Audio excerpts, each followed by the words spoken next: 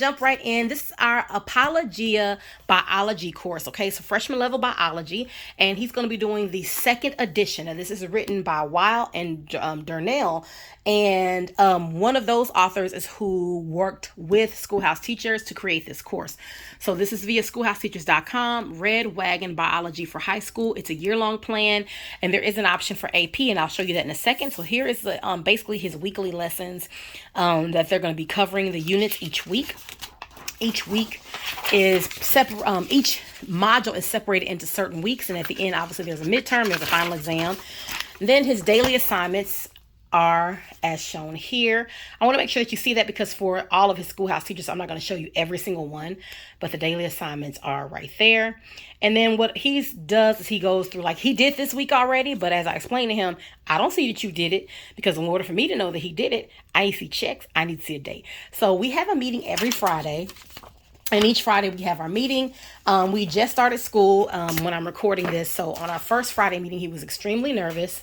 However, he did a good job. Like I told him, I didn't expect perfection, but I did expect progress.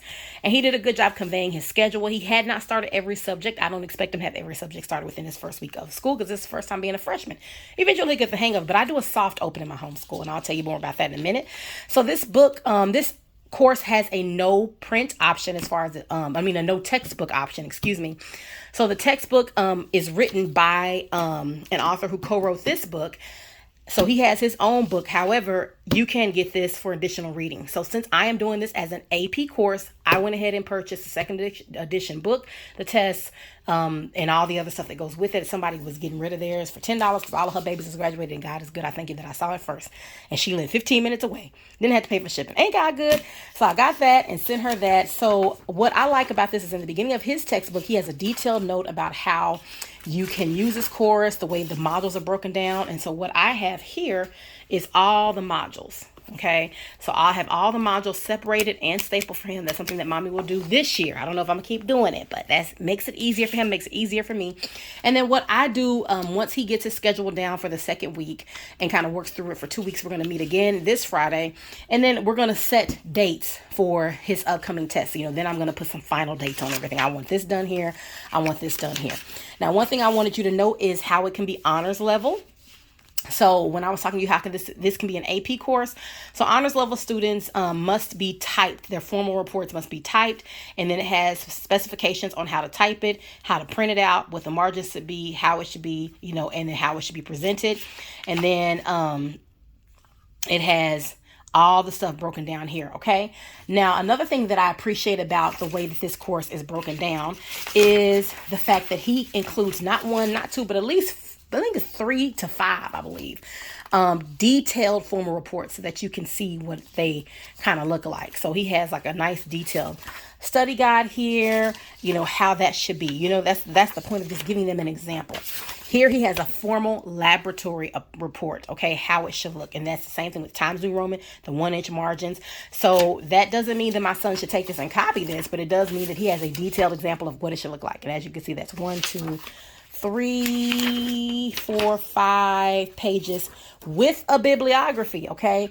And he also included the rubric here. So not only did he provide the parents with the rubric, so how things should be graded, he included it here. Does that make sense? So that makes it easier for me when I'm like, okay, let me see how he did this. Let me see how he broke this down. And then I don't have to be guessing. Should this be 5 points? Should this be this? Because it's right there in parentheses for me to see. So this is what he chose for his biology. And then also notice I'm showing you these courses. Everything that I'm showing you, Bear chose on his own. He chose it on his own. And we have to do this in addition to everything else. He still has his volunteering that he's doing in the library every week, and then he's going to start working in the spring. He's doing football right now, so there's a lot going on. This course we have is Age of Revolution. This is history, another Schoolhouse Teachers course. This is a year-long course, 5 days a week lesson plan, so you can see all that. It's the same format.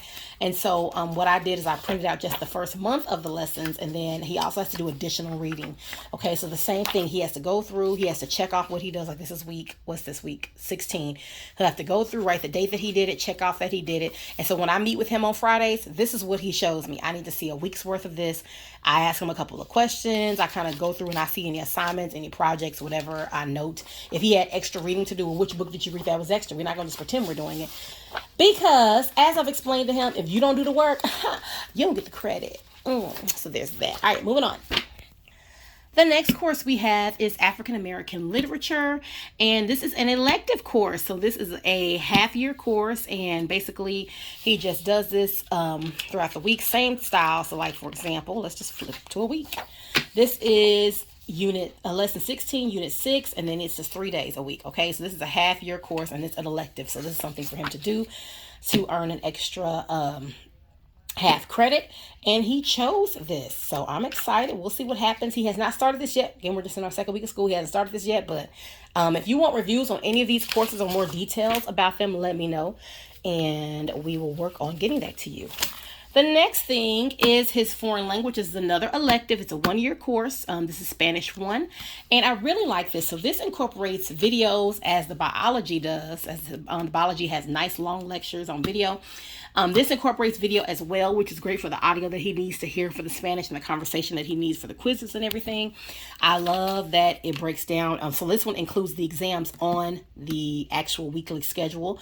Some of the courses do not do that. And then like for this one, for example, there is no exam on this elective. So I would decide, okay, well, how can I give him an exam for this, this.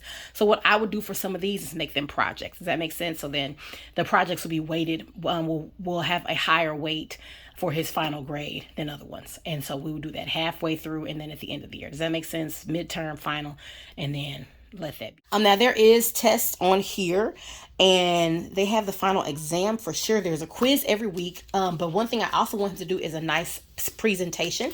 So what I'm going to add to this course is probably a 5-minute speech completely in Spanish, which works out for me because yes, your girl speaks Spanish. So I'll be able to understand him. My husband understands Spanish as well. He does not speak it a lot. But he does understand it. So I love Spanish. My children have always been learning Spanish since they were preschool. And so the way the Spanish lessons work out, they're nice, they're colorful, they're very easy. And then on the back is the quiz. And then what I do is I just take this off, and he has to keep it flat. You know, there's nothing over here that's going to help him too much. But every week they have a Spanish quiz over the vocabulary to help build that. And we have so many other Spanish resources. If you would like an updated Spanish resources video, then let me know. The next thing is his English. So he is doing the Paradigm Accelerated Curriculum. I already have a review on this blog. Remember, all the reviews I get from companies are going on the blog. Unless they paying me extra, I'm not doing the extra for free no more. I'm tired. I'm getting older, and that don't make no sense. So that's on the blog. If you would like it, I will include a link to that in the blog post that correlates with this video. And it's a really good curriculum. So he's actually taking a sophomore level English course as a freshman, but I ain't worried about it because y'all know Bear's been beasting English since he was a kid. He's won many essay competitions. He was whooping 6th graders and he was in 4th grade. So I ain't worried about him in English. English and him go hand in hand. Last but not least, we have his math. And so he chose his Vessel Algebra 1. The only issue that we're having with this, again, this is on the blog. The only issue that we're having with this one is the video component. There's only so many videos available. So I have reached out to the author to see if we can get access to the rest of the videos. Because if not, then I am going to have to switch his math. But I would hate to do that because he enjoys it so much. But him having the instructor teach him while I teach other kids is very helpful. If not, I'm going to have to sit down with him for the 30-45 minutes and do the algebra, which I don't necessarily mind, but it's easier if the instructor who wrote the book does it instead of me going in advance, look to see what we're learning about, putting that material together, because math is my other favorite thing that I love and I'm really good at, and then trying to piece it together. So it's a lot harder homeschooling the younger two at the same time than it was with Bear, obviously, because it's more than one kid. And then last but not least, what else?